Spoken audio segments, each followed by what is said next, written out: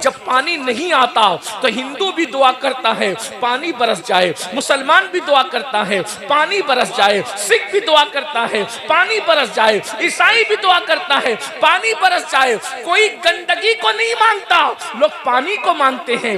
गंदगी को गंदगी से साफ नहीं किया जाता, गंदगी को पानी से साफ किया जाता है। इसलिए पानी बनने की कोशिश करो, गंदगी को साफ करने की कोशिश करो। अगर कोई रिश्तों को तोड़ता है हमें जोड़ने की जरूरत है, कोई हमसे दूर जाता है हमें उसके करीब जाने की जरूरत है, कोई नफरतों की बोली बोलता है हमें मोहब्बतों की बात करने की जरूरत है। किसी मुफक्किर ने कहा था जब नफरतों की और मोहब्बतों की जंग होती है नफरतें हार जाती है, मोहब्बतें जीत जाती है। अगर जीतना है तो नफरत वाले मत बनो बल्कि मोहब्बत वाले बनो। सुल्तानुल हिंद को कत्ल करने के लिए अल्लाह अकबर एक नौजवान को तैयार किया गया। नौजवान जज्बाती होते हैं, अच्छाई भी जल्दी कबूल करते हैं, बुराई भी जल्दी कबूल करते हैं। नौजवानों का दिल नर्म होता है। अल्लाह अकबर। याद रखें बद्र में मक्के के बाज गुंडे नौजवानों को ही वरगला करके लाए थे हुजूर के खिलाफ, और हुजूर भी उनसे मुकाबले के लिए नौजवानों को ही लेकर के आए थे। पता चला नौजवानों की बड़ी अहमियत है। मेरे जवानों, एक जवान को तैयार किया और तैयार करने के बाद कहा जाओ और उस फकीर को जा करके कत्ल कर दो, उसका किस्सा तमाम कर दो। वो नौजवान आया और अपनी कमर के अंदर एक खंजर बांध करके लाया। सुल्तानुल हिंद सरकार गरीब नवाज लोगों के दरमियान बैठकर अपना वास कर रहे थे, नसीहत कर रहे थे, यानी जिसको अपनी आम जबान में कह लें तकरीर कर रहे थे गरीब नवाज लोगों के दरमियान बैठकर। हम लोग तो बहुत लंबी लंबी तकरीरें करते हैं लेकिन फिर भी बहुत तब्दीली नहीं आती। गरीब नवाज की तकरीर 5 मिनट की होती थी, 7 मिनट की होती थी, 10 मिनट की होती थी। बहुत मुख्तसर गुफ्तगू करते थे, बहुत सादे से जुमले होते थे। वहां जुमले सजा और संवार कर नहीं बोले जाते थे। जुमले पर तवज्जो चाहता हूं। हम लोग जबान संवारे हुए लोग हैं, वो लोग दिल संवारे हुए लोग थे।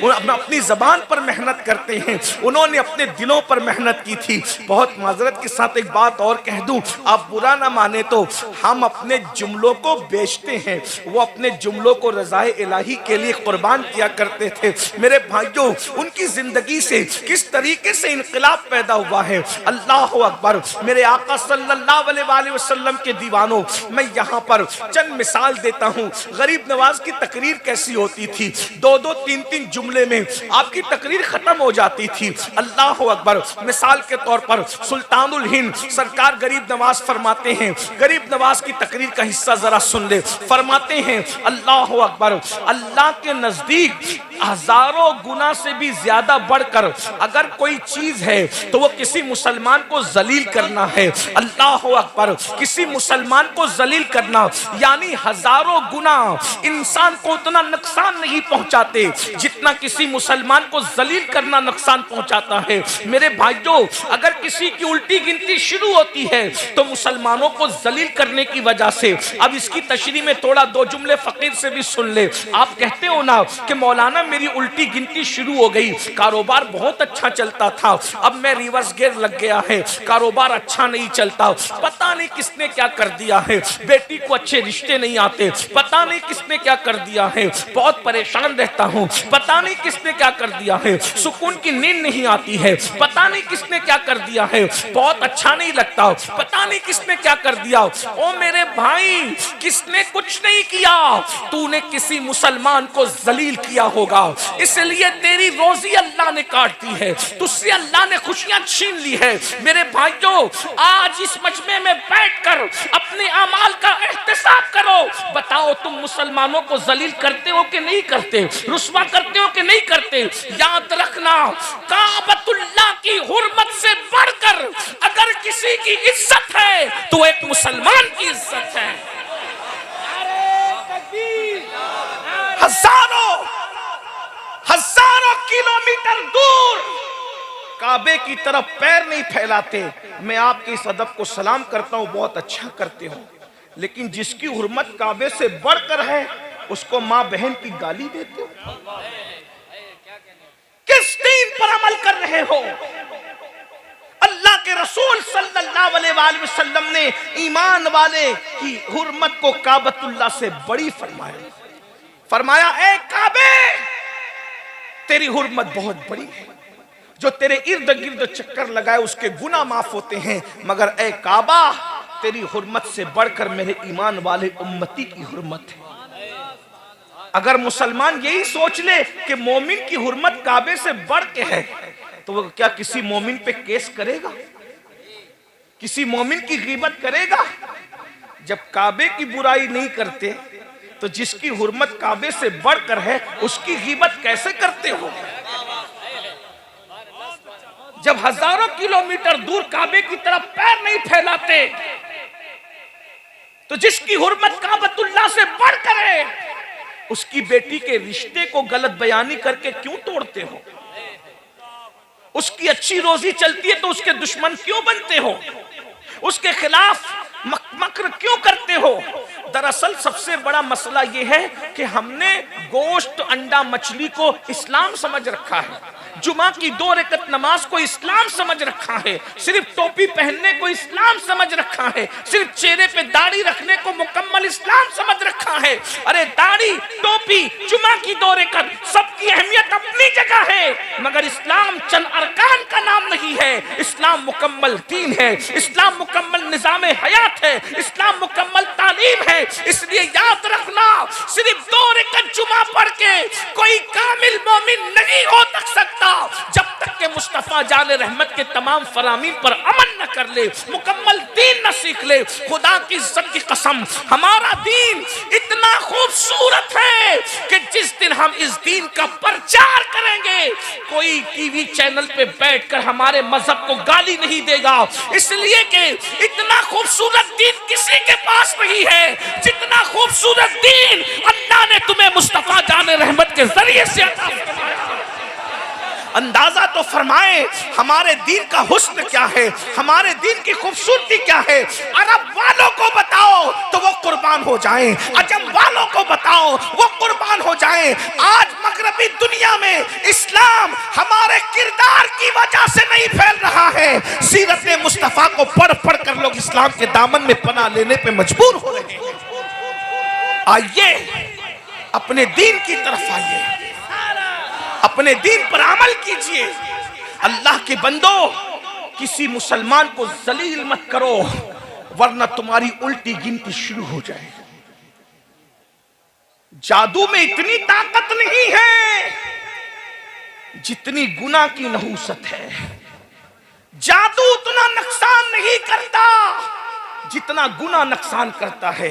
जादू उतना बर्बाद नहीं करता जितना गुनाह बर्बाद करता है। अगर किसी ने जादू किया, मुफ्ती गुफरान साहब से तावीज ले लो, जादू खत्म हो जाएगा। किसी ने जादू किया, मौलाना फरियाद से तावीज ले लो, जादू खत्म हो जाएगा। किसी ने जादू किया, कारी असगर से तावीज ले लो, जादू खत्म हो जाएगा। लेकिन अगर गुनाह की वजह से कुदरत तुम्हें बर्बाद कर रही है तो मुफ्ती गुफरान बचा न सकेंगे, कोई सैयद साहब भी बचा न सकेंगे, कोई पीर साहब भी बचा न सकेंगे। क्या समझते हो गुनाह को? कहने वाले ने कहा है जहां गुनाह है वहां फना है। अल्लाह अकबर। तो सुल्तानुल हिंद की बड़ी बातें हैं। मैं जल्दी जल्दी से अपनी बात को, मैंने पहले ही कहा था मैं लंबी नहीं करूंगा, लेकिन आपका शौक अगर साथ रहा तो कुछ बातें कहने की हिम्मत हो रही है। अल्लाह के बंदो जरा तवज्जो फरमाओ। अल्लाह अकबर। गरीब नवाज फरमाते हैं कि किसी मुसलमान को जलील करने से बड़ा गुनाह दुनिया के अंदर नहीं है, इसलिए किसी को जलील मत करो, किसी को रुस्वा मत करो, किसी को जो है हकीर मत समझो। आजकल पठान कहता है कि शेख हकीर है, शेख कहता है अंसारी हकीर है, अंसारी कहता है मिर्जा हकीर है। मेरे भाई, जो नबी का उम्मती है वो हकीर नहीं हो सकता, इसलिए कि जिसके मुकद्दर में नबी का दामन आ गया हो उससे बढ़ करके वीआईपी कौन हो सकता है। मेरे भाई, डॉक्टर इकबाल ने कहा था, सुन लीजिए, डॉक्टर इकबाल ने कहा था अली के गुलाम कंबर के वुजू का कतरा कैसर जैसे बादशाह के खून से अफजल है। अल्लाह अकबर।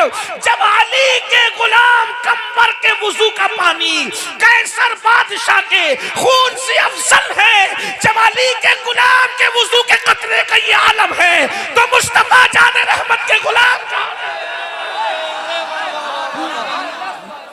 अंदाजा तो फरमाए, गौर तो फरमाए। इसलिए कोई बिरादरी हकीर नहीं है, कोई सिलसिला हकीर नहीं है, कोई मुसलमान हकीर नहीं है। नबी का जो गुलाम है हमारा वो इमाम है। सैयदना फारूक आजम जब भी बिलाल को कहते थे, हजरत फारूक आजम अरबी होकर हबशी बिलाल को कहते थे, खानदानी आजाद होकर गुलाम को, जो आजाद करता गुलाम था, उस बिलाल को कहते थे या सैयदुना बिलाल, या सैयदुना बिलाल। ए बिलाल तू मेरा सरदार है, तू मेरा सरदार है। लोग कहते हैं गुलाम को सरदार कहते हो, कहा तुम इसका चेहरा देखते हो और इसके मुस्तफा वाला मैं दिल देखता हूं। ये मेरे नबी का आशिक है, इसलिए किसी को जलील मत करो। जलील करने से उल्टी गिनती शुरू होगी। अब आपसे मैं एक बात कहूं, जब आम मुसलमान को जलील करना, तवज्जो भाई, इसको छोड़ दे। हाँ, मोहब्बत है आपकी, मैं इनका बयान सुने, तवज्जो से बयान सुन ले, गौर से फरमाए। जब आम मुसलमान को जलील करना, तवज्जो, आम मुसलमान को जलील करना हजारों गुना पर भारी है। यानी हजारों गुना करने से वो नुकसान नहीं होता जो एक मुसलमान को जलील करने से होता है।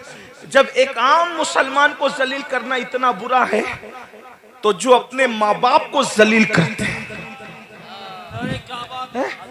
जो अपने माँ बाप को रुस्वा करते हैं, रातों दिन माँ बाप को दुख में जलाते हैं, टेंशन देकर जलाते हैं, उन्हें तकलीफ पहुंचाते हैं, उन्हें अजियत पहुंचाते हैं। माँ बाप अगर खर्चा मांगते हैं तो कहते हैं इन बुढ़ा बुढ़ी के पीछे कि हम बर्बाद हो जाएं, जितना कमाएं इनकी दवा पे खर्च कर दें, जितना कमाएं इन्हीं के पीछे लगा दें, जितना कमाएं सब इन्हीं पे लुटा दें। मेरे भाइयों याद रखना, अल्लाह के रसूल सल्लल्लाहु अलैहि वसल्लम ने फरमाया, तेरे माँ बाप अगर तुझसे राजी है तो तुझसे अल्लाह भी राजी है, माँ बाप नाराज है तो अल्लाह भी नाराज है। मुझे बताओ, जब तुम किसी पिकनिक पर जाते हो, किसी होटल में जाते हो, चाय कॉफी पीने जाते हो, सैरो तफरी के लिए जाते हो, और अगर चाय का, कॉफी का, खाने का बिल आता है तो हर दोस्त अपनी जेब में हाथ डालता है। वो अपना क्रेडिट कार्ड निकाल रहा है, वो अपना बैंक का कार्ड निकाल रहा है, वो अपना एटीएम निकाल रहा है, वो अपनी जेब में हाथ डाल के पॉकेट निकाल रहा है।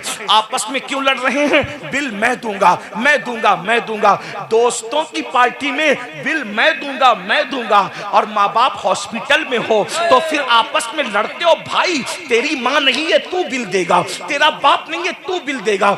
याद रखना, हज करने पे वो सवाब नहीं मिलता जो माँ बाप पे खर्चा करने पे मिलता है, माँ मस्जिद बनाने पे वो सवाब नहीं मिलता जो माँ बाप पे खर्चा करने पर मिलता है। मेरे भाइयों एक बात बताऊं, आप करोड़ों खर्चा कर दो, एक मिनट तुम्हारी जिंदगी का बढ़ नहीं सकता, लेकिन मेरे रसूल फरमाते हैं कि अगर किसी की जिंदगी के 3 दिन बचे होते हैं, 3 दिन, और वो अपने माँ बाप पे खर्चा करे, माँ बाप की खिदमत करे, माँ बाप को खुश करे, तो उसकी 3 दिन की जिंदगी अल्लाह कभी 3 साल तक बढ़ा देता है, कभी 30 साल तक बढ़ा देता है। माँ बाप की खिदमत से उम्र लंबी होती है, माँ बाप पे खर्चा करने से उम्र लंबी होती है। और जो माँ बाप को जलील करते हैं, माँ बाप को रुस्वा करते हैं, माँ बाप को दुख देते हैं, माँ बाप को तकलीफ पहुंचाते हैं, मेरे आका फरमाते हैं 30 साल की उम्र होती है तो अल्लाह घटा के 3 साल कर देता है, और जलील करता है तो कभी कभी 3 साल से भी 3 दिन कर देता है। माँ बाप को जलील करने वाला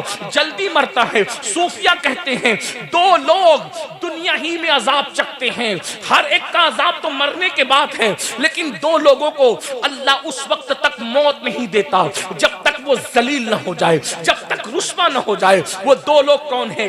एक नबी का गुस्ताख जब तक वो जलील नहीं होता उस वक्त तक उसको मौत नहीं आती, और एक माँ बाप का गुस्ताख जब तक वो जलील नहीं होता उस वक्त तक उसको मौत नहीं आती। इसलिए याद रखना, कितने भी गिर जाना, कभी नबी की गुस्ताखी मत करना, कभी माँ बाप की गुस्ताखी मत करना। फरमाया गया माँ बाप के गुस्ताख और माँ बाप के बेअदबों को मरते वक्त उनकी जबान पे कलमा भी नहीं आता। मेरे भाइयों, हम लोग हजारों की तादाद में जलसा सुनने जमा होते हैं, मगर अफसोस है आज हमारे बूढ़े माँ बाप हमारे घरों में रो रहे हैं। माँ बाप रुसवाइयों के दहाने पर है। माँ बापों से जो है वो अल्लाह अकबर मशवरा देने का हक छीन लिया गया है। माँ बाप को जो प्यार देना चाहिए था वो प्यार नहीं दे रहे हैं। लोग कहते मौलाना हम तो खिदमत करते हैं। याद रखना मेरे भाई, रोटी कपड़ा और मकान लोग तो काम वाली औरतों को भी दे देते हैं। रोटी कपड़ा मकान देने की बात नहीं है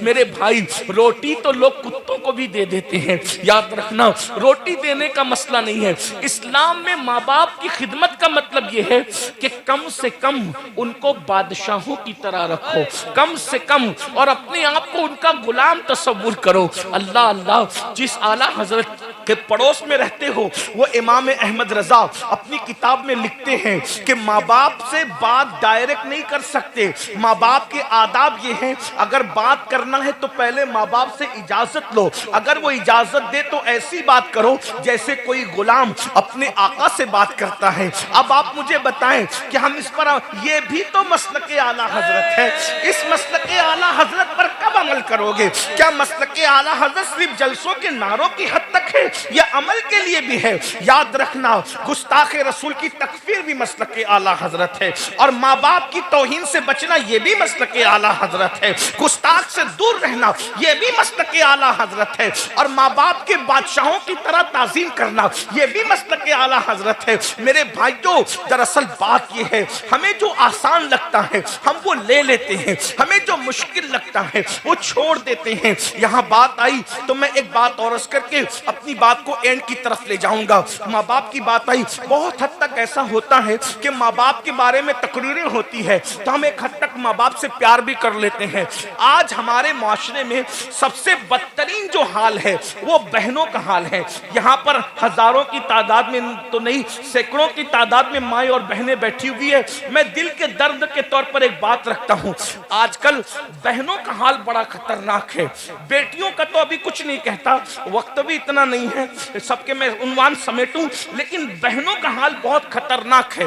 बहनें आज बहुत जलील हो रही है, भाई लोग बहनों का हिस्सा नहीं दे रहे हैं, बहनों को बहुत तड़पाते हैं। पहले ऐसा होता था हमारे बचपने में कि जब सर्दियों की छुट्टी आती थी, गर्मियों की छुट्टी आती थी तो औरतें जो है अपने मैके जाती थी, यानी अपने माँ के घर जाती थी बच्चों को लेकर, और वो जितने दिन छुट्टियों के रहते थे उतने दिन जब वो अपनी माँ के घर रहती थी, सही अपने माँ के घर रहती थी।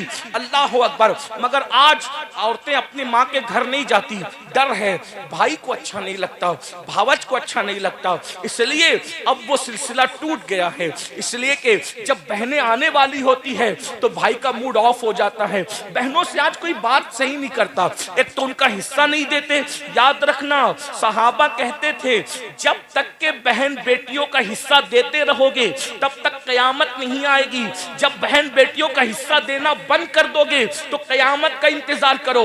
ये जालिम हुक्मरान कयामत की निशानियों में से एक निशानी है, ये बर्बादियां कयामत की निशानियों में से एक निशानी है, ये तुम्हारे घरों पे बिल्डोजर चलना कयामत की निशानियों में से एक निशानी है। बहन बेटियों का हिस्सा दे दो, ये तबाही नहीं आएगी, ये बर्बादी नहीं आएगी। रिश्तों का ख्याल करो, ये बर्बादी और तबाही नहीं आएगी। मेरे भाइयों आओ, एक बहन की इज्जत किस तरह की जाती है जरा उसको सुन लीजिए ताकि हम सीख ले बहन का मर्तबा क्या है। आज हमारी बहन से हमारी बात बंद है, बहन की कोई इज्जत नहीं है। आज जलसों में हम टॉपिक देते हैं लड़कियां मुर्तद हो रही है, क्यों मुर्तद हो रही है? अरे बहन को अगर तूने उसका हक दिया होता, बहन गुर्बत की चक्की में ना पिसती, बहन को तूने प्यार दिया होता। पता है आज बच्चियों को रिश्ते नहीं आते तो भाई उसको जहर की निगाह देखता है, तू जलील है, तू रुस्वा है, तू मनहूस है, इसलिए तुझे रिश्ते नहीं आते। जब उसको भाई का प्यार नहीं मिलता,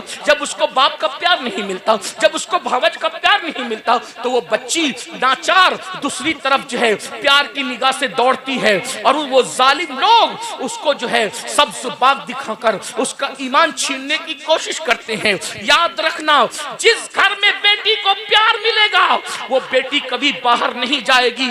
आज घरों में वो प्यार का माहौल नहीं है। मैं आपको बताऊं रसूलुल्लाह ने बहन से कैसा प्यार किया। खाने से पहले नमक चखने की सुन्नत याद है, मिसवाक करने की सुन्नत याद है, बकरी का गोश्त खाना सुन्नत है, खाने से पहले मीठा खाना सुन्नत। ये सारी सुन्नतें जो तुम्हें नफ्स पर आसान लगती वो याद है? बहन पे सब कुछ कुर्बान कर देना ये भी तो सुन्नत है। हुजूर ने कैसे प्यार किया बहन से वो देखो। फतेह मक्का का दिन है, वैसे हुजूर अलैहिस्सलाम की कोई सगी और हकीकी बहन न थी। बहनें थी तो चचाजाद बहनें थी या रजाई बहनें थी। अब बताओ चचाजाद बहन और रजाई बहन से क्यों जो प्यार किया वो सुन लो। फतेह मक्का के दिन बड़े बड़े सरदार कह रहे हैं हमारे घर चलिए, एक से एक दस्तरखान तैयार है। हजरत अबू सुफियान की ख्वाहिश है हुजूर मेरे घर आ जाएं।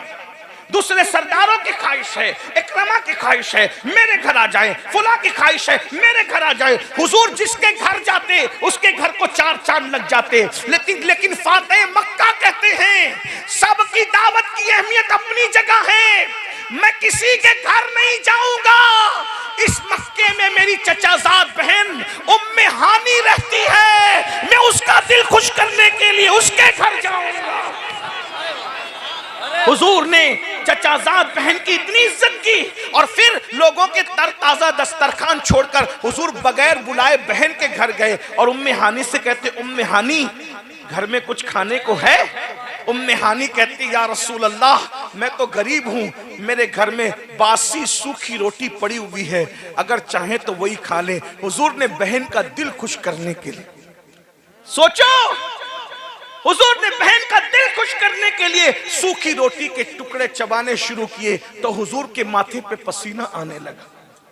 ये बहन की इज्जत है। आज बहन से अपने ताल्लुकात अच्छे नहीं, हर साल उम्रे को जा रहे हो, रद्द कर दिया जाएगा मेरे भाई उम्रा बहुत माफी के साथ। हर साल हज कर रहे हो, तुम्हारे मुंह पे मार दिया जाएगा। मस्जिदें बना रहे हो, जहन्नम में कुचल दिए जाओगे अगर तुमने अपनी बहनों को खुश नहीं किया, अगर तुमने अपने भाइयों को खुश नहीं किया। अरे बहन तो इतनी कीमती होती है कि बहन की वजह से उसके ससुराली रिश्तों से हुजूर ने कितना प्यार किया। जब हुनैन फतेह हुआ, हुनैन की फतह हुई, मसला तो यह कि हुजूर की सीरत नहीं पढ़ी हमने। हर नंगे धड़ंगे पीरों की सीरत हमने गढ़ गढ़ के बयान की, लेकिन जिसकी सीरत को खुदा बयान करता है उसकी सीरत से हम दूर हो। हमारा तो पूरा फोकस सिर्फ करामतों पर है, सीरतों पर हमारा फोकस का। बताइए, बुरा मत मानना। अल्लाह के रसूल सल्लल्लाहु अलैहि वसल्लम हुनैन की जंग में माल गनीमत हाथ आया, बहुत माल हाथ आया। बहन तो फिर बहन होती, बहन हक़जत प्यार करती भाई से। उतने में सहाबा को के पास एक औरत आई और वो औरत आकर बूढ़ी थी, वो आके कहती किधर है तुम्हारा पैगंबर, मैं उससे बात करना चाहती हूँ। सहाबा ने कहा तुम ऐसे कैसे कह सकती हो, इस तरह हम अपने नबी के बारे में जुमले नहीं सुन सकते। किधर है तुम्हारा पैगंबर, बात करना चाहती हूँ। तो उस औरत ने कहा अरे मैं उसकी बहन हूँ, बहन, मैं उससे बात करना चाहती हूँ, बहन हूँ। सहाबा ने कहा उनकी तो कोई बहन हमने नहीं सुना कभी। कहा कि उनसे कहो कि जिस हलीमा सादिया का दूध पिया है उस हलीमा की बेटी रजाई बहन शैमा तुमसे मिलने के लिए आई है। मुसलमानों, बहन की इज्जत तुम क्या जानो। अपनी बीवियों के कान भरने पर अपनी बहनों से बात बंद करने वालों, मैं अपनी माँ और बहनों से कहता हूँ अपने शौहर को उसकी जन्नत से दूर मत करो। अगर तुमने शौहर को उसके भाइयों से दूर किया, उसकी बहनों से दूर किया, उसके माँ बाप से दूर किया, तो तुमसे बड़ा दुश्मन तुम्हारे शौहर का कोई नहीं है मेरी बहन, क्योंकि तू अपने शौहर को जन्नत से दूर कर रही है। तुम्हें चाहिए जिसका जो हक बनता है वो हक दे दो। तुम अपनी बहनों का भी हक दो और शौहर की बहनों का भी हक दो। तुम अपने माँ बाप का भी हक दो और अपने शौहर के माँ बाप का भी हक दो। माशरा खूबसूरत उसी वक्त तश्कील पाएगा। हक मांगने की बजाय बगैर मांगे लोगों का हक तकसीम करते रहो, माशरा खूबसूरत होता जाएगा। जब अल्लाह के रसूल ने, सुन लो, अल्लाह के रसूल ने जब शैमा का नाम सुना, लोग शीमा भी कहते हैं, शैमा भी कहते हैं, तलफ्फुज़ात के अंदर मैं आपको उलझाना नहीं चाहता। मैं फकीर आदमी हूं, जिस तलफ्फुज़ से भी आप बोले ठीक है, बात पहुंच जाए। शीमा भी सही, शैमा भी सही, बहरहाल ज्यादा सही उलमा ने फरमाया शैमा है। शैमा का नाम सुना हुजूर उठ कर आए। और उठ कर आकर शैमा को देखा। 50 साल के बाद पहली बार मुलाकात हुई थी, बल्कि और ज्यादा अरसा बीता था। 50 साल के बाद पहली मुलाकात दूध पिलाने वाली माँ हलीमा सादिया की बेटी से हुई थी। मगर जैसे सुना कि ये शैमा है, हुजूर अलैहिस्सलाम ने अपनी चादर अपनी बहन के लिए जमीन पे बिछा दी। हुजूर ने अपनी चादर अपनी बहन के लिए बिछा दी। वो मुज़म्मिल और मुद्दस्सिर वाली चादर। हुजूर बहन की इज्जत बता। दूध पिलाने वाली माँ हलीमा की बेटी रज़ाई बहन की ये इज्जत है। आज हमारी बहनों को हम जहर की नजर से, जहरीली नजर से, बहनें घरों पे आते हुए डरती है, बहनों भाइयों से बात करते हुए डरती है कि अभी डांट सुन लेगी। नहीं, हम प्यार देने आए। जो प्यार नहीं देता रहमतुल लिल आलमीन से उसका ताल्लुक क्या है? हुजूर ने अपनी बहन के लिए अपनी चादर बिछाई। अपनी बहनों को बुलाओ। अरे बहन का सीना अगर चीर के कोई देख सकता था तो बहनें बताती कि बहन भाई से कितना प्यार करती। भाई बहन से उतना प्यार नहीं करता, लेकिन बहन अपने भाई से बहुत प्यार करती। अल्लाह के रसूल ने अपनी रज़ाई बहन के लिए चादर बिछाई। शैमा बैठो, बिठा दिया। शैमा बैठ गई। फिर हुजूर अलैहि पहले इज्जत दे के बिठाया, फिर कहा शैमा 50 साल के बाद आई, इतनी देर कर दी तुमने। कहती है या रसूल अल्लाह, या रसूल अल्लाह, ऐसे हालात नहीं थे कि मैं आप तक पहुंचती। मैं आपकी बातें सुनती थी, बातें तो आती थी, लेकिन ऐसे हालात नहीं थे कि मैं आप तक पहुंचती।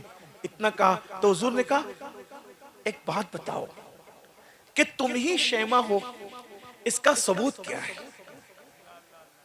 कोई गलत बयानी से भी तो काम ले सकता है ना। 50 साल के बाद, 50 साल में शैमा जैसी दिखती थी, आज शैमा तो वैसी नहीं दिखती। उस वक्त तो शैमा की उम्र 6-7 साल 8 साल की थी, अब शैमा 50 साल के ऊपर की बुढ़िया हो गई। तुम ही शैमा हो, इसका सबूत क्या है? बहन बहन होती। कहने लगी या रसूलल्लाह, एक बात बताऊंगी, आपको यकीन आएगा। कहा क्या? कहा एक बात ऐसी है जो सिर्फ आप जानते हैं और मैं जानती हूँ, तीसरा कोई नहीं जानता जमीन के ऊपर। हुजूर ने कहा वो क्या? कहा आप जानते हैं ना, जब आप हलीमा का दूध पीते थे, नन्हे से बच्चे थे, तो मैं आपको गोद में ले लेके इधर उधर फिरती थी, आपका दिल बहलाता। एक दिन मैं आपको खींच के कहीं ले जा रही थी और आप आना नहीं चाहते थे। मैं खींच रही थी, आप आना नहीं चाहते थे। मैं खींच रही थी, आप आना नहीं चाहते थे। तो उस वक्त आप मुझ पे नाराज हो गए बचपन में, और नाराज होकर आपने मेरे कंधों के नीचे दांत काटा था। ये आपको पता, मुझे पता है, तीसरा किसी को नहीं पता। हुजूर, ये आपके दांतों की शान है कि उस वक्त तो जो आपने मेरे कंधों पे दांत काटा था, उसका निशान अब भी मेरे कंधों पर निशाने मोहब्बत की शक्ल में मौजूद है। हुजूर ने सुना, इतना हंसी अपनी शान के मुताबिक कि हुजूर की दाढ़ी नजर आई। हुजूर को अपना खूबसूरत मासूम बचपना याद आ गया। अल्लाह अल्लाह, वो बचपने की फबन, उस खुदा बाकी सूरत पे लाखों सलाम। हुजूर को अपना बचपना याद आया, इतना हंसे अपनी शान के मुताबिक के दाढ़ नजर आई। फिर हुजूर ने फरमाया कि हालात कैसे हैं? बहन ने हालात बताए, हुजूर रो पड़े और फिर सहाबा के पास आए। अब सुनना बहन के लिए क्या कुर्बानी दी। सहाबा के पास आए, फरमाया जितना माले गनीमत अपने हिस्से में आया है, चूंकि अब ये हुनैन वाले मेरी बहन के ससुराली रिश्तेदार होते हैं। देख रहे, ये हुनैन वाले ये मेरी बहन के ससुराली रिश्तेदार होते हैं। क्या मेरी मोहब्बत में मेरी बहन की वजह से तुम इनका माले गनीमत लौटा सकते हो? सहाबा फिर उन्होंने कहा या रसूल अल्लाह, हम भी आपके हैं, हमारा माल भी आपका है। अगर आपकी खुशी इसी में है तो हम अपना सब कुछ आपकी बहन पे कुर्बान करते हैं। और वो माले गनीमत वापस कर दिया गया। और फिर हुजूर ने बहन को कहा एक काम करो, हालात अच्छे नहीं है, मेरे घर चलो, मेरे साथ रहना, मैं तुम्हें अपने पास रखूंगा, मेरे साथ रह। अब बताओ, तुम मेरे साथ मदीने चलोगी या अपनी ससुराल जाओगी? शरीफों की बेटियों के फैसले यही होते हैं। कहा या रसूल अल्लाह, मुझे आपके साथ रहने से ज्यादा अच्छा ये लगेगा कि मैं अपने शौहर के घर जिंदगी गुजारूं, तो मैं अपने शौहर के घर वापस जाऊंगी। फिर आती जाती रही हुजूर से मिलने के लिए, और जब भी आती थी हुजूर उनको बहुत नवाजते थे। बिलाखिर बुजुर्गों ने फरमाया कि मदीने मुनव्वरा में उनका इंतकाल हुआ और जन्नतुल बकी में उनके मज़ार के बारे में बताया जाता है। ये बहन की बात है, ये तो बहन की ताजीम हो गई। आखिरी बात के तौर पर, अगर बहन की इज्जत न की अगर बहन की इज्जत न की, बहन के साथ अच्छा सुलूक न किया तो क्या होगा? आज से तकरीबन 1000 साल से जायद पुराने बुजुर्ग है, बहुत बड़े बुजुर्ग, हजरत फकीह अबू लैस समरकंदी हनफी, वो अपनी किताब में लिखते हैं, ध्यान से सुनना, वो अपनी किताब में लिखते हैं कि एक अजम के बहुत बड़े वली थे, बहुत बड़े बुजुर्ग थे, उनको अल्लाह की इबादत से बहुत प्यार था। तो उन्होंने क्या किया, अजम छोड़ा। अजम कहते हैं अरब के अलावा जितना खित्ता है उसको क्या कहते हैं? अजम कहते हैं। अजम छोड़ा, बस ये इख्तितामी लम्हे हैं, ध्यान से सुनना। बहन की खबरगिरी न करने पे, बहन की इज्जत न करने पे वली कहलाने, वली बन जाने वाले नहीं, वली कहलाने वालों का हाल सुन ले। बहुत हल्के में मत लो बहनों को, भाइयों को, रिश्तों को हल्के मत लो। अल्लाह फरमाते हैं वत्तकुल्लाह अल्लज़ी तसाअलून बिही वल अरहाम इन्नल्लाह काना अलैकुम रकीबा। रिश्तों के मामले में अल्लाह से डरते रहो, और पेट के रिश्तों के बारे में खास तौर पे अल्लाह से डरते रहो, रिश्तों का ख्याल करो। ये रिश्ते काट, जो रिश्ते हम बनाते हैं उसका बड़ा ख्याल है, जो रिश्ते अल्लाह ने बनाए हैं उसका कोई ख्याल नहीं। जो रिश्ते अल्लाह ने बनाए उसका ख्याल करो ना, जो तुम बनाते हो उसका भी ख्याल करो, जो अल्लाह ने बनाया उसका ज्यादा ख्याल करो। तो वो अजम से हिजरत करके मक्का चले गए, पूरी रात तवाफ करते, तिलावत करते, इबादत करते। उनकी इबादतों का शोहरा पूरे मक्के में गूंज उठा। अजम से एक वली आया, एक अल्लाह वाला आया, इबादत इबादत इबादत, सिर्फ इबादत करता है। एक ताजिर थे मक्के के, उनको सफर पे जाना था। जब सफर के लिए वो जाने लगे तो उनके पास सोना था, गोल्ड, कई किलो सोना था। उन्होंने सोचा मक्के में मैं किसके पास ये रखूं, सफर पे जा रहा हूं, किसके पास रखूं? तो सोचा कि जो बंदा रात दिन इबादत करता है उसके पास रख देते हैं। तो इन्हीं के पास रख दिया, और वो सफर पे गया। पहले का सफर तो ऐसा नहीं था ना कि चंद घंटे में आदमी लौट आए, आदमी जाता था तो अक्सर लौटता ही नहीं था। सफर से आना मतलब नई जिंदगी पाना, बहुत आसान नहीं था सफर, आपको पता है।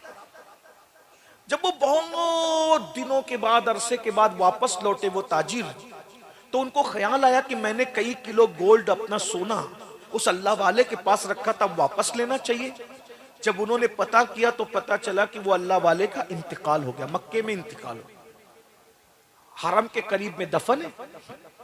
बहुत टेंशन हुआ, या अल्लाह मेरा इतना सोना अब मैं किससे पूछूं, क्योंकि मैंने तो उसको अल्लाह वाला समझ के रखा था, मुझे क्या पता कि वो मर जाएगा, इंतकाल हो जाएगा। तो उन्होंने अपने इस मसले के हल के लिए हजरत मालिक इब्ने दीनार के पास गए। मालिक बिन दीनार बहुत बड़े बुजुर्ग, हजरत मालिक बिन दीनार के पास गए कि हजरत ऐसा ऐसा हादसा हो गया। उन्होंने कहा कोई बात नहीं, वो नेक था, कहा अल्लाह वाला था, रात रात भर तवाफ इबादत तिलावत करते थे। कहा बेटा देखो एक अमल बताता हूं, अगर तुमने ये अमल कर लिया तो शबे जुमा में आधी रात के बाद मकाम इब्राहिम के पास जाना, कि जो मुसलमानों की जन्नती रूहें होती है वो शबे जुमा में आधी रात के बाद काबे के तवाफ के लिए आती है। जो जन्नती होगा वो तवाफ काबा के लिए शबे जुमा में आएगा। ये अमल पढ़ लो, उसको आवाज लगाना, अगर वो जन्नती है तो वो जरूर तुझसे बात करेगी उसकी रूह।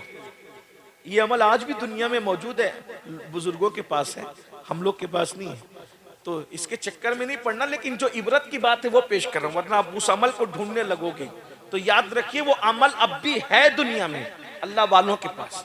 हमारे महरेरा मुतहरा के सरकारों से मुतालिक मैंने सुना है कि रूह को हाजिर करने के अमलियात वहां पर बड़े मजबूत और पावरफुल हैं, अल्हम्दुलिल्लाह। बहरहाल तो बड़ी बात, तो कहा कि ये अमल पढ़ लो और शबे जुमा आदि गुजर जाए तो आवाज लगाना, अगर वो जन्नती है तो तुमसे बात करेगा, तुम्हें बता देगा। ये अमल पढ़ के पहुंचने के बाद आवाज लगाई, लेकिन कोई जवाब नहीं आया। याद रख, कोई जवाब नहीं आया। ये हजरत मालिक बिन दिनार के पास है। हजरत मालिक को दिनार ने कहा इन्ना लिल्लाहि व इन्ना इलैहि राजिऊन। इसका मतलब तुम जिसको जन्नती समझ रहे हो वो जन्नती नहीं है। अगर वो जन्नती होता तो उसकी रूह जरूर आती।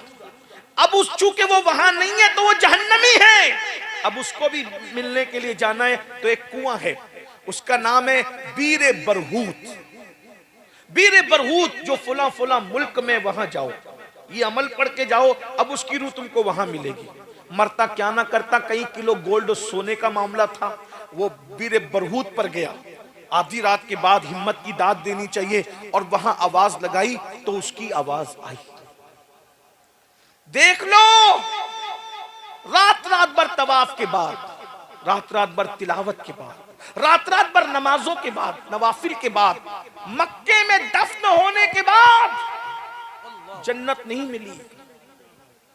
जन्नत नहीं मिली क्योंकि शैतान की आदत है फराइज और वाजिबात से हटाकर नवाफिल में उलझा देता है इंसान को। पहले फराइज और वाजिबात है, नवाफिल का बाद में मर्तबा है। मेरे भाइयों, आज हम भी उसी में उलझे हुए हैं। जब वहां पर आवाज लगाई, उन्होंने आवाज दी, कहा ए अल्लाह के बरगजीदा बंदे, मैं तो तुम्हें नेक समझता था, मेरे गोल्ड को, उसने ताजिर था, बोला मेरे गोल्ड को, मेरे सोने का क्या हुआ? तो कहा कि मैं खयानत करने वाला नहीं, मैंने तुम्हारे सोने को अपने घर के जीने के नीचे दफन किया है, जाओ और अपनी अमानत ले लो। उन्होंने कहा बहुत अच्छा, आप वाकई नेक है, इतने अमानतदार हैं। आपसे एक सवाल करता हूं, इतने नेक होकर जहन्नम में कैसे आ गए? तो उन्होंने कहा सारी इबादत धरी के धरी रह गई, एक गुनाह की वजह से जहन्नम में आ गया हूं, बस एक गुनाह है। कहा वो क्या गुनाह हुआ आपसे? कहा गुनाह ये हुआ कि मैं इबादत के शौक में अजम छोड़कर अपना वतन छोड़ के मक्का आ गया। एक बहन थी, पलट के मैंने कभी उस बहन की खैर खैरियत भी नहीं पूछी, बहन की कभी खैर खैरियत नहीं पूछी। तो जब मैं मरा, मुझे मौत आई और मेरी रूह अल्लाह की अदालत में हाजिर हुई, तो अल्लाह ने फरमाया तू अच्छा खाता रहा और तेरी बहन अच्छे खाने को तरसती रही, तू अच्छे कपड़े पहनता रहा, तेरी बहन कपड़ों को तरसती रही, तू अच्छे मकान में रहा, तेरी बहन टूटी फूटे मकान में जिंदगी गुजारती रही, इसलिए तूने बहन का हक अदा नहीं किया। जा, तेरी सारी इबादत धरी के धरी रहती है और बहन का हक अदा न करने की वजह से तुझे जहन्नम में दाखिल किया जाता है। वाकई मैं नेक हूं, परहेजगार और मुत्तकी हूं, लेकिन सिर्फ बहन की हक तलफी की वजह से, बहन का दिल दुखने की वजह से, बहन का दिल टूटने की वजह से मैं जहन्नम में आ गया। इस मजमे में भी मेरे भाई हजारों लोग हैं, मौजूद होंगे, हमने बहन का दिल तोड़ा। मैं तो यही तो कहना चाहता हूं, जब आम मुसलमान का दिल तोड़ना, उसको जलील करना इतना तबाह कर देता है आदमी को, तो बहनों का दिल तोड़ना, भाइयों का दिल तोड़ना, माँ बाप का दिल तोड़ना, रिश्तेदारों का दिल तोड़ना कितना नुकसान पहुंचाएगा। फिर क्या हुआ? उस ताजिर को उस रूह ने कहा अगर तुम मुझ पे एहसान कर सकते हो तो एक एहसान करो, अजम में फला फला शहर में अब भी मेरी बहन हयात है, अगर तुम उसके पास जा करके उसको कह दो कि वो मुझे माफ कर दे, अगर बहन माफ कर देगी तो मेरी बिगड़ी बन जाएगी। वो ताजिर वहां से निकला, निकल के सोचा कि ये बात सच्ची है कि गलत है। वो सीधा पहले मक्का गया, वो जमीन खोदी, सोना निकला, समझा कि बात सही है। फिर वो अजम गया, अजम जाने के बाद जो पता बताया था, एड्रेस बताया था, जब वहां पहुंचा तो देखा एक बूढ़ी औरत है, बहुत बुरे हालात में है, टूटे फूटे मकान में है। जब वहां पहुंचा तो पहुंचने के बाद कहा तुम फुला फुला को जानती हो? वो बैठी थी, उठ के खड़ी हो गई, रो पड़ी, वो मेरा भाई, वो मेरा भाई था, मेरा भाई था। वो तेरा भाई था? देखो बहन नाराज है, दिल तोड़ा गया है, हक तलफी की, फिर भी कह रही मेरा भाई, मेरा भाई। वो मेरा भाई था। और तुम कैसे जानते हो मेरे भाई को? कहा कि मैं मक्के का रहने वाला हूँ, उसका इंतकाल हो गया। रो पड़ी, मेरे भाई का इंतकाल हो गया, अफसोस अफसोस। फिर कहा उसी ने मुझे भेजा है, मैं तुम्हारे पास आया हूँ, बताओ उसके बारे में क्या है। प्यार तो बहुत है लेकिन उसने बहुत दिल दुखा, वो मुझे छोड़ के चला गया, लेकिन कभी मेरी खैरियत भी नहीं पूछी, मेरा हाल भी नहीं पूछा। मैं खाने को तरसती हूँ, बारिश होती है तो टूटा मकान है उसमें भीगती हूँ, सर्दियों में कड़कती रहती हूँ, बेचैन रहती हूँ, गर्मियां तबाह करती है, बर्बाद करती है। अल्लाह के बंदे, उसने मेरा दिल दुखाया। कहा तुम्हारा दिल दुखाया, तुम्हारा हक अदा नहीं किया, इबादत के बावजूद भी जहन्नम में, अगर तुम उसको माफ कर दो तो उसको जन्नत मिल जाए। बहन बहन होती है। कहा अल्लाह अगर वो मेरी वजह से जहन्नम में, मैं दुआ करती हूँ अल्लाह उसे माफ कर दे। मैं भी माफ करती हूँ, लेकिन मेरे भाई का पैगाम लेके आने वाले, इतनी दूर से तू आया है, मेरे घर कयाम तो कर, कुछ रूखी सूखी खा ताकि मैं तेरी खिदमत करूं। वो बुजुर्ग, वो ताजिर कहता है मैं खा के सोया तो मैंने ख्वाब में क्या देखा कि वो बुजुर्ग जन्नत के बागों में टहल रहे हैं और कहते हैं अल्लाह तुझे जज़ाए खैर अता फरमाए, तूने मेरी बहन से माफी तलाफी करवा दी, इधर बहन ने माफ कर दिया, उधर अल्लाह ने मुझे जन्नत अता फरमा दी। ये है मेरे भाइयों। ये तो गरीब नवाज का मलफूज पढ़ रहा था, अब बात समेट लो। तो गरीब नवाज सरकार कहते हैं मुसलमान को जलील करना जितना बड़ा गुनाह है उतना बड़ा कोई गुनाह नहीं। इस तरह गरीब नवाज कभी कहते हैं, क्या कहते हैं, फरमाते हैं अल्लाह तक पहुंचने का रास्ता, सुन ले खूबसूरत जुमला गरीब नवाज का, अल्लाह तक पहुंचने का रास्ता लोगों के दिल से होकर के गुजरता है। जब तक लोगों के दिल खुश नहीं करोगे तुम कभी अल्लाह वाले नहीं बन सकते। लोगों का दिल खुश करो, लोगों का दिल खुश करो, याद रखिए। हाँ, लोगों का दिल खुश करो, लोगों के दिल मत तोड़ो, लोगों को तकलीफ न पहुंचाओ। बहरहाल गरीब नवाज ऐसी तकरीर कर रहे थे अपने अंदाज में। तकरीर खत्म हो गई। तकरीर खत्म होने के बाद गरीब नवाज ने सबको मुस्कुरा के देखा और मुस्कुरा को देख करके गरीब नवाज फरमाते हैं कि भाई सबने का काम हो गया। सबने का हो गया भाई, सबका काम हो गया, एक बंदे का काम अभी बचा है। सुन लीजिए क्या अखलाक है मेरे मुर्शिद गरीब नवाज। एक बंदे का काम बचा है। तो सबने परेशान होकर कहा किसका काम? तो उस जवान की तरफ मुखातिब हुए कहा भाई सबका काम हो गया, तुम भी तो अपना काम कर लो। उसने कहा मेरा क्या काम था महाराज? कहा तुम खंजर कमर में बांध कर मुझे कत्ल करने आए थे ना, तो उठो और कत्ल कर लो, अपनी मुराद तुम भी पूरी कर लो। पता चला दयारे गरीब नवाज वो गरीब नवाज का दर है कि वहां कातिल को भी महरूम नहीं किया जाता। कहा जाता है आयो कत्ल करने तो हमें भी कत्ल कर लो। जान लेने आए हो ना तो जान ले लो। वो हैरान हो गया, वो कहा ये तो मेरे दिल का जज्बा भी जानते हैं, मेरे कमर का खंजर भी जानते हैं। उसने खंजर उठाया और उठा करके कहा महाराज मैं बहुत महान आदमी से दुश्मनी मोल ले ली मैंने, ये खंजर से मुझको कत्ल कर दो, मुझ पापी को जमीन पे रहने का हक नहीं है। उठाइए खंजर और मुझ जलील को कत्ल कर दीजिए। रहमतुल लिल आलमीन के नवासे ने कहा हम बदला लेने वाले लोग नहीं है, हम तो माफ करने वाले लोग हैं। जा मैं तुझे माफ करता हूँ, आज के बाद ऐसी गलती मत करना जा। उसने कहा अब कहां जाऊं महाराज, मैं तो आपके कदमों में रहने के लिए आया हूं। और कदम पकड़ के कहा जिस मोइनुद्दीन के अखलाक का ये आलम है तो इसके नाना मोहम्मदुर रसूलुल्लाह के अखलाक का आलम क्या होगा। और उसके बाद वो कलमा पढ़ के मुसलमान हुआ और मुसलमान होने के बाद गरीब नवाज ने कातिल से कहा, ईमान दिया, कातिल को ईमान दिया। ख्वाजा हिंद वो दरबार है आला तेरा, कभी महरूम नहीं, मांगने वाला तेरा। सुल्तानुल हिंद कहते मांग क्या मांगता है? क्या कहा? मांग क्या मांगता है? होशियार था वो भी, छोटा मोटा आदमी नहीं, हिंदुस्तान का आदमी होशियार था। उसने कहा महाराज मैंने सुना है मुसलमान हर साल हज करते हैं और हज करते हैं तो उनके सब गुनाह माफ हो जाते हैं, तो मैं चाहता हूं कि जिंदगी में 40 मरतबा हज करूं। कितनी बार हज करूं? क्या होशियार था, 40 हज नहीं मांगे, सिर्फ 40 साल उम्र की गारंटी भी मांगे। हैं? भाई जब 40 हज करेगा तो जिंदा 40 साल तक रहेगा तो हज करेगा। हज रोज रोज थोड़ी होता है, हज तो साल में एक बार होता है। हैरत है वो नौ मुस्लिम को समझ आ गई थी, ये 8 साल सहारनपुर में पढ़ने वालों को समझ कब आएगी? बताया ना, वो नए नए मुसलमान अभी ना कोई जलसा सुना, कोई तकरीर सुना, उसको पता है कि नबी का बेटा हज की दुआ देगा तो मैं हाजी भी बन जाऊंगा, और उम्र की दुआ देगा तो अल्लाह मेरी उम्र भी दराज कर देगा। अरे गैर मुस्लिम का बच्चा मुसलमान हुआ तो उसको इतनी समझ आ गई, ये मौलवी का बच्चा कब सुनेगा? जरा बताया तो सही ना। फिर आप कहते हैं कि किसी को कुछ ना कहा करें, चले हम किसी को कुछ नहीं कहते लेकिन अपनी बात तो रख सकते हैं भाई, हैं? जरा बताइए ना। हाँ वो कुछ नहीं दे सकते, मैंने कहा हकीम दवा दे सकता है, हाकिम दाद दे सकता है, वो क्यों कुछ नहीं दे सकते? तो बरेली का कलंदर कहता है हाकिम हकीम दाद दवा दे, ये कुछ ना दे। हाकिम हकीम दाद दवा दे, ये कुछ न दे। मरदूद ये मुराद किस आयत असर की है? मरदूद ये मुराद किस आयत असर की है? कहां से लाए तुम?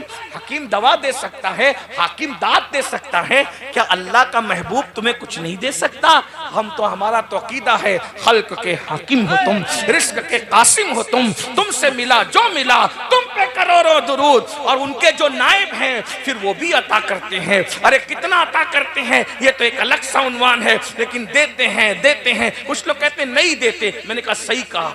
सुन्नी कहता है देते हैं, कहा सही कहा। तो कुछ लोग कहते हैं ओ तू सुलह कुल्ली तो नहीं हो गया, दोनों को सही कह रहा है। मैंने कहा नहीं, सुलह कुल्लियत को तो आग लगे, अल्हम्दुलिल्लाह हम फिक्र रजा के वारिस हैं। लेकिन बात जो है वो है, दोनों की सही है। वो कहते हैं नहीं देते, मैंने कहा सही कहा। वो कहते हैं सुन्नी कहता है देते, उसको नहीं मिला तो वो कहता है नहीं देते, मैंने कहा सही कहा। सुन्नियों को मिला, मैंने कहा बिल्कुल मिला, सही कहा। मुझे भी मिलता है, बहुत मिला, झोलियां भर गई सबकी कोई खाली न गया, हो के मायूस तेरे दर से सवाल ही न गया, झोलियां भर गई सबकी कोई खाली न गया। ख्वाजा हिंद वो दरबार है आला तेरा, कभी महरूम नहीं मांगने वाला तेरा। मुहद्दिस आज़म कहते हैं कि तुम्हारे दर की करामत ये बारहा देखी, तुम्हारे दर की करामत ये बारहा देखी। गरीब आए थे और बन गए गरीब नवाज, गरीब आए थे और अरे अकबर जाके वहां बेटा मांग रहा है, अकबर जाके बेटा मांग रहा है। अरे लोग जाके वहां तख्त मांग रहे, हुकूमत मांग रहे, मिलने वालों को मिला ना भाई, इनको नहीं मिला। तो कहा क्यों नहीं मिला? मैंने कहा ऐसे ढुलमुल यकीन लोगों को नहीं मिलता, जब यकीन पक्का करके मांगो तो बिल्कुल मिला करता है। आज भी मिल रहा है, अता कर। एक वाकया याद आ गया, अर्ज कर दूं, बात सुन ले।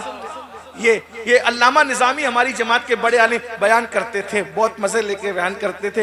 एक मर्तबा ऐसा हुआ, असल में दरगाहों पे ये भी कभी चले जाते हैं, और ये इसलिए जाते हैं कि नए नए जो इनसे जुड़ते हैं उनको साथ में लेके जाते हैं। वो देखो सजदा कर रहा है, शिर्क कर रहा है, ये कर रहा है, वो कर रहा है। मैंने कहा भाई जो सजदा कर रहा है सुन्नी आलिम कभी उसकी तायद नहीं करते। हमारे इमाम ने अज़्ज़ुब्दतु ज़किया ये रिसाला लिखा, ये किताब लिखी कि सजदा ताज़ीमी हराम है। जब हम नबी को सजदा नहीं करते तो वलियों को सजदा क्या करें? मेरे इमाम कहते हैं पेशे नजर वो नौबहार, सजदे को दिल है बेकरार, रोकिए सर को रोकिए, हाँ यही इम्तिहान है। हम नबी को सजदा नहीं करते, गैर खुदा को सजदा करना अगर इबादत के तौर पे है तब तो शिर्क है, और अगर ताज़ीम के तौर पे तो हराम है। लेकिन भाई सजदा नहीं करते, चौखट चूमने को ये मौलवी जबरदस्ती सजदा कहता है। तो फिर हुजूर मुफ्ती आजम कहते हैं संगे दरे जाना पर करता हूं जबी साई, सजदा न समझ नजदी सर देता है नजराना। चूमने और सजदे में फर्क है। अगर चूमने ही को सजदा समझ लिया जाए तो फिर इस जुर्म में हम अकेले नहीं है, मौलवी साहब आप भी शरीक है, और हम तो चौखट चूम रहे, आप क्या क्या चूमते हो, ये बात मिंबर पे कहने की नहीं है। मगर बात तो फिर बात है ना, बात तो फिर बात है। अगर चूमना ही शिर्क है तो फिर इस शिर्क से कौन महफूज है? ऐसी बात न कहा करो। तो बहरहाल कोई मौलवी चला गया और अपने चंद साथियों को लेके कि बताएं कि यहाँ ये होता है, वो होता है, वो होता है, बताएं। बहरहाल हुआ ये, तो वहां पर एक फकीर था, सोटा लेकर के घुमा रहा था। वहां के फकीरों के मांगने का स्टाइल भी बड़ा यूनिक है। बहरहाल वैसे मांगने की बात कर रहा हूँ, दूसरी किसी बात की तायद नहीं कर रहा हूँ। वो कहता दे दे खाजा, दे दे खाजा, दे। वो जो अंदाज लोग का बड़ा प्यारा अंदाज, मांगने का एक अंदाज होता है, अदाएं होती है। वो दे और फिर कह रहा पूरी 5 रुपए की नोट लूंगा खाजा, उससे कम नहीं लूंगा खाजा। और वो घूमता जा रहा है, बोलता जा रहा है। ये बेचारा उसी जमात का, वो देखता है, घूरता है, अरे अल्लाह से मांग, वो दे दे खाजा दे। हालांकि गरीब नवाज को अल्लाह का बंदा समझकर अल्लाह के इज़्न से देने वाला मांगना, मान करके मांगना कोई शिर्क नहीं है। ये बहुत तफसीली उन्वान है, अभी छेड़ूंगा तो उस पर दलील दूंगा तो लंबा वक्त जाएगा, लेकिन बात मौसम सर्दी का बात खत्म कर रहा हूँ। वो कह रहा था दे दे दे, वो घूमता जा रहा है, दे दे। इसको गुस्सा आ रहा है, वो बार बार घूम घूम के आता है, दे दे खाजा, 5 से कम नहीं लूंगा, 5 से। वो जो उसका उन लोग का अंदाज होता है। तो इसको गुस्सा आया और गुस्से में कहा और तेरा खाजा क्या देगा? ये ले 5 रुपए, 5 रुपए का, 500 नहीं, 5 रुपए, 5 रुपए का, ये ले लो, क्या तेरा खाजा क्या देगा? फकीर था, होशियार था, फकीर था। पहले नोट पे कब्जा किया और जेब में रखा, और जेब में रख के बताए ओ खाजा तेरे बलहारी जाऊं। अब तो देखा था कि गुलामों से दिलाता है, आज ये भी दिखा दिया कि दुश्मनों से भी दिला देता है। जरा गौर फरमाए, और खाजा तो दिलाने पे आता है तो दुश्मनों से भी दिला देता है। ख्वाजा हिंद वो दरबार है आला तेरा, कभी महरूम नहीं मांगने वाला तेरा। मुसलमानों, दुआ की कबूलियत के लिए नेक होना जरूरी नहीं है। दुआ की कबूलियत के लिए नेक होना जरूरी नहीं है। दुआ की कबूलियत के लिए यकीन का होना जरूरी है। अगर यकीन से मांगोगे, अगर यकीन से मांगोगे तो अल्लाह भी अता करेगा। यकीन से मांगोगे तो नबी भी अता करेंगे। यकीन से मांगोगे तो वली भी अता करेंगे। और अगर ढुलमुल यकीन लेकर के जाओगे, कुछ नहीं चलेगा, तो वो मुसलमान हो गया। और कहा, गरीब नवाज ने, क्या मांगते हो? मांगो। उसने कहा 40 हज करना चाहता हूं। 40 हज मांगे। और जब 40 हज का, फिर मगर यही नहीं, आखिरी बात यह है मेरी कि जब 40वां हज करने जाऊं, जब 40वां हज करने जाऊं तो मैं वापस नहीं आऊं, मैं वहीं रह जाऊं और मेरी कब्र वहीं बन जाए। नबी के लाल ने कहा, जा तू 40 हज करेगा, मेरी दुआ है। और जब 40वें हज पे जाएगा तो अल्लाह तेरा ईमान पर वहीं खात्मा फरमाएगा। गौर फरमाएं, इस अखलाक के साथ गरीब नवाज ने हिंदुस्तान में इस्लाम फैलाया। अल्लाह ताला हम सबको गरीब नवाज की चौखट से वाबस्तगी सलामत रखे, अमल की तौफीक अता फरमाए। गुफ्तगू के दरमियान अगर कोई गलती हो तो अल्लाह माफ़ कर दे। अस्तगफिरुल्लाह रब्बी मिन कुल्लि ज़ंबि व अतूबु इलैह। हो गया भाई, सर्दी का मौसम है। मैं आपके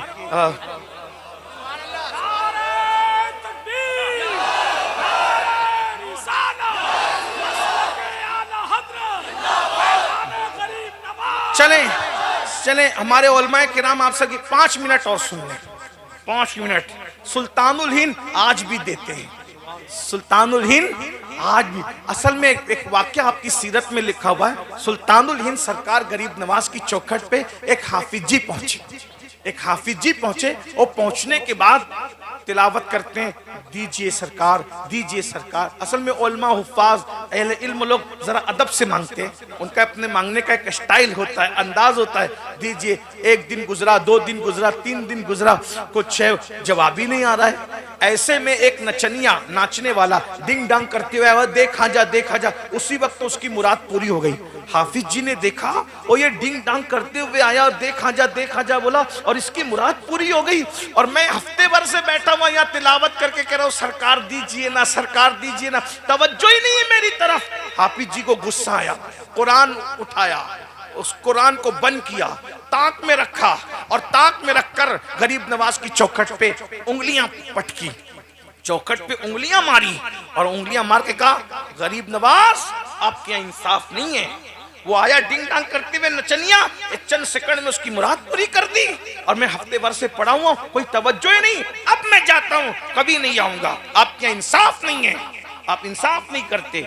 बस जैसे ही हाफिज जी जाने लगे तो क्या देखा, एक नूरानी चेहरे वाले बुजुर्ग जिनकी आंखों से मारिफत के जाम छलक रहे थे, पेशानी पर विलायत का झूमर नजर आ रहा था, सर पर विलायत हिंद का ताज था और चेहरे पर अल्लाह अकबर तेरी नस्ल पाक में है, बच्चा बच्चा नूर का की रानाइयां नजर आ रही थी। और आने वाले ने कहा, हाफिज जी क्यों नाराज होके जाते हो? कहा, इनके यहाँ इंसाफ नहीं है। वो आया डिंग डांग करते, उसके चंद सेकंड में मुराद पूरी कर दी। हफ्ते भर से पढ़ा हूं, सुनते ही नहीं। अब मैं जा रहा हूं। ताने वाले ने बड़ी संजीदगी से कहा, हाफिज जी नाराज मत होइए, जाइए, अल्लाह आपकी मुराद भी पूरी कर दे, अल्लाह आपकी मुराद भी पूरी। कहा, इन्होंने नहीं की, आप कौन है जनाब मुराद पूरी करने की बात करने वाले? तो कहा, जिस मोइनुद्दीन की चौखट पे आए हो ना, वही मोइनुद्दीन मैं हूं। तुम्हारी मुराद भी पूरी की है और तुमको ज़ियारत भी अता की है। जाओ हाफिज जी जाओ, तुम्हारी मुराद भी पूरी हो गई। फिर कहा, कदम पकड़ के, सरकार इतनी देर क्यों की, इतनी देर क्यों की? उसको जल्दी, मुझे देर से। कहा, हाफिज जी तू बेसब्र है? दरअसल बात यह है कि उस नचनिया की आवाज मुझे पसंद नहीं थी और वो भी पसंद नहीं था। जब उसने कहा दे दो, तो मैंने सोचा कि दूसरी बार कहने से बेहतर है इसको दे दो ताकि ये भाग जाए, ये चला जाए, इसको मिलेगा, ये चला जाएगा। लेकिन तू कुरान पढ़ता था ना, तेरा कुरान पढ़ना मुझे बहुत पसंद आता था, तो मैं देने में देर करता था कि जितना रोकूंगा उतना ज्यादा तू कुरान ज्यादा पढ़ता रहेगा, तेरी आवाज में सुनता रहूंगा। पता चला जो पढ़ते हुआ सुना जाता है, मर के मिट्टी में मिल जाने वाला मत समझना। अल्लाह के बंदू अकीदा दुरुस्त रखो। वो जलवे भी देखोगे जो हाफिज जी को दिखाया, ज़ियारत भी करोगे जो हाफिज जी को कराया। आप क्या समझते, इमाम अहले सुन्नत आला रहमा फरमाते हैं, मेरी आंखों में डॉक्टर ने कहा कि पानी उतर आएगा, गरीब नवाज की चौखट की मट्टी लेकर के लगा ली, जिंदगी में कभी पानी नहीं उतरा। न हो आराम जिस बीमार को सारे जमाने से उठा के लेकर आए खाक उनके आस्ताने से। कहा हाफिज जी मेरा आपकी तिलावत मुझे बहुत पसंद थी, इसलिए मैं तुम्हें रोकने के लिए देर कर रहा था कि देने में देर करूंगा तो तुम रुकोगे, मुझको मिल जाएगा सदका, मैं चला जाऊंगा, मुझको ख्वाजा की अदालत में खड़ा रहने दो। अल्लाह अकबर। कहा लेकिन हाफिज जी अब जाओ। उन्होंने कहा हजरत अब जाता हूँ, माफ कीजिएगा। फरमाया हाफिज जी जाते जाते एक चीज देख कर जाओ। जब अपनी पुष्ट से कपड़ा हटाया तो देखा कि उस पर 10 उंगलियों का निशान मौजूद था। हाफिज जी लरस गए, हजरत ये क्या है? कहा जो तूने मेरी चौखट पे हाथ मारे हैं ना, वो मेरी चौखट पे नहीं, ये मेरी पुष्ट पे पड़े। देखा ये अल्लाह वालों का मामला बड़ा जुदा है। इसलिए हो सके तो गरीब नवाज के यहाँ साल में 1 बार 2 बार 3 बार जितनी तौफीक दे जाया करो। हमारे सुल्तान हमारे बादशाह गरीब नवाज है, और ये बात मैं अल्लाह की कसम उठा के कहता हूँ, हम तो जब भी गए जो भी मुराद लेके गए मेरे सुल्तान ने अता किया, बिन मांगे दिया, और इतना दिया कि दामन में समाया नहीं। एक बात कहूँ, जब भी मुझे ऐसा लगता है कि मदीने शरीफ जाने में ताखीर हो रही हो, अल्लाह की इज्जत की कसम कभी किसी सेठ को नहीं कहा, कभी किसी को नहीं कहा, जब भी जी चाहता है मदीने मुनव्वरा जाना है, सरकार की चौखट पे जाके बैठ जाता हूँ, सरकार की चौखट पे जाके बैठ जाता हूँ, और फिर कहता हूँ मदीने का रास्ता दिखाने आए थे तो मदीने पहुँचाने के लिए भी तो आप हैं, पहुंचा दीजिए। अल्लाह जानता है मेरा रब, कोई बड़ी बात नहीं कर रहा हूँ, शुक्र के तौर पे कह रहा हूँ। वापस पलटा और अल्लाह ने हालात बना दिए, असबाब बना दिए। याद रखिए, यकीन से मांगो। यकीन यकीन बहुत बड़ी चीज़ है। यकीन, लोग कहते हैं आप लोग तो नेक हैं मौलाना, हम लोग तो गुनहगार हैं। मेरे भाई, दुआ की कबूलियत के लिए नेक होना ज़रूरी नहीं है, दुआ की कबूलियत के लिए यकीन होना ज़रूरी है। जब बल्कि यकीन जो है कभी कभी नेक लोगों से आगे बढ़ जाता है। 5 मिनट कहा था मैंने, लेकिन एक बात यकीन किया, सुन लिया, यकीन की बात है।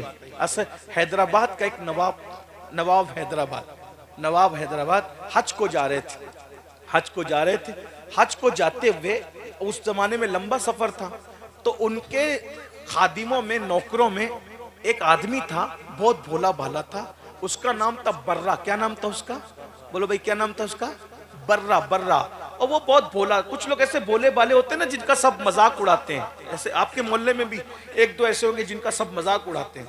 बर्रा, उसका सब मजाक उड़ाते, उसकी सब मजा लेते थे। तो नवाब साहब ने बर्रा को अपने नौकरों में इसलिए रखा था कि जब बर्रा आता था तो कोई हंसी मजाक हो जाती थी तो दिल बहल जाता था।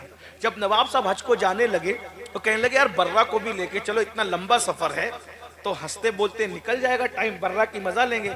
अब इत्तेफाक से सब लोग मदीने शरीफ पहुंचे तो सब हुजूर की बारगाह में हाजिरी के लिए गए। अब हुजूर के हाजिरी के लिए गए तो आका ने क्या फरमाया? मन ज़ारा कब्री वजबत लहू शफाअती, जो मेरे मजार पर आ गया उस पे मेरी शफात, तो शफात वाजिब हो गई। तो कोई शफात दिखने वाली चीज तो नहीं है ना, है ना। अब जब सब लोग घर पहुंचे कमरे पे तो सब मुबारकबाद दे रहे एक दूसरे को, मुबारक हो मुबारक हो मुबारक हो मुबारक हो। तो बर्रा ने बोला वो क्या मुबारकबाद दे रहे हो सब एक दूसरे को? तो अब वो नवाब को मस्ती सूझी, मजाक सूझी, और ओ हम लोग हुजूर की शफात मिलने पे मुबारकबाद दे रहे हैं एक दूसरे को, और तुमको नहीं मिली शफात।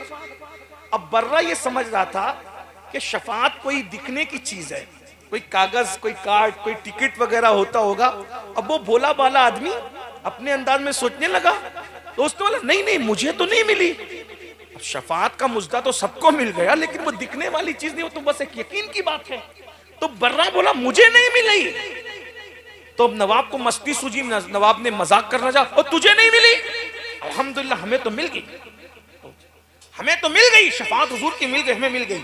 बस इतना कहा, बर्रा ने वो बात सीरियस ले ली, और सीरियस लेके कमरे से चुपके से निकला और दौड़ते दौड़ते हुजूर की जालियों के सामने अगर रोने लगा। या रसूल अल्लाह, हम तो बचपने से सुनते थे, हमारे माँ बाप कहते थे कि आपके यहाँ अमीर और गरीब में फर्क नहीं, काले गोरे में फर्क नहीं, अरबी अजमी में फर्क नहीं। या रसूल अल्लाह, अब आप भी अमीर गरीब में फर्क करते हैं। नवाब को शफाअत दे दी और नवाब के सारे उमरा को शफाअत दे दी, और गरीब को आप भूल के, गरीब को नहीं दिया अपनी शफाअत। ये उसका अपना अंदाज था, ऐसे नहीं बोल सकता कोई। लेकिन दीवानगी क्या ना कहलवाए, सर सुए रोजा झुका फिर तुझको क्या, दिल तसाजिद नच दिया फिर तुझको क्या, बेखुदी में सजदाए दर या के रोजे का तवाफ, बेखुदी में, खुदी में नहीं, बेखुदी में सजदाए दर या के रोजे का तवाफ, जो किया अच्छा किया फिर तुझको क्या, बेखुदी फिर बेखुदी है। बर्रा पर बेखुदी तारी थी, बेखुदी में कह रहा था, खुदी में तो नहीं कह सकते, बेखुदी। आपने नवाब को दे दी शफाअत, बर्रा जैसे गुलाम को आपने शफाअत नहीं दी। मैं मर जाऊंगा यहीं, मुझे भी दीजिए, अब भी दीजिए, अभी अदा कीजिए, वरना सर दीवार से टकरा कर मर जाऊंगा, नहीं जाऊंगा मुझे। अब वो सोचा था शफाअत कोई दिखने की चीज है, अब जैसी तलब वैसी अता, जैसी तलब वैसी अता। जब बर्रा ने कहा, उसकी अपनी सोच के मुताबिक कि कोई सबूत मिलेगा, जब बर्रा रो रो के कहने लगा मुझे भी दो, उनको दिया मुझे भी दो, तो फिर बर्रा ने देखा सुनहरी जालियों से हाथ निकला। हाय हाय हाय, बर्रा ने, ये यकीन है, यकीन वाले कहां से चले कहां पहुंचे, जो अहले शक हैं अगर में मगर में रहते हैं। बर्रा ने देखा गोरा गोरा खूबसूरत हाथ सुनहरी जालियों से निकला और निदाई, बर्रा ये ले तेरी शफाअत का वादा है। बर्रा ने वो कार्ड लिया, वो चिट्ठी ली और लेकर के खूब नाचते कूदते उछलते कूदते, हमें भी मिल गई, हमें भी मिल गई, हमें भी मिल गई। और उसके बाद जब आया तो नवाब ने कहा ओ क्या मिल गई, कहा देखो हमें भी शफाअत मिल गई। कहा क्या, जब वो रुक्का देखा तो लिखा था ये मोहम्मदुर रसूलुल्लाह की तरफ से है, बर्रा से हम शफाअत का वादा करते हैं। तब उनकी आंखों में आंसू आ गए। बर्रा, अक्ल वाले पीछे रह गए, इश्क और यकीन वाला कहां से कहां हुआ है। ये है यकीन की बरकत। भाइयों, यकीन से मांगो, यहाँ भी मिलेगा वहाँ भी मिलेगा। अल्लाह पाक हम सबको तौफीक बख्शे। गुफ्तगू के दरमियान कोई गलती हो तो अल्लाह माफ़ कर दे। वो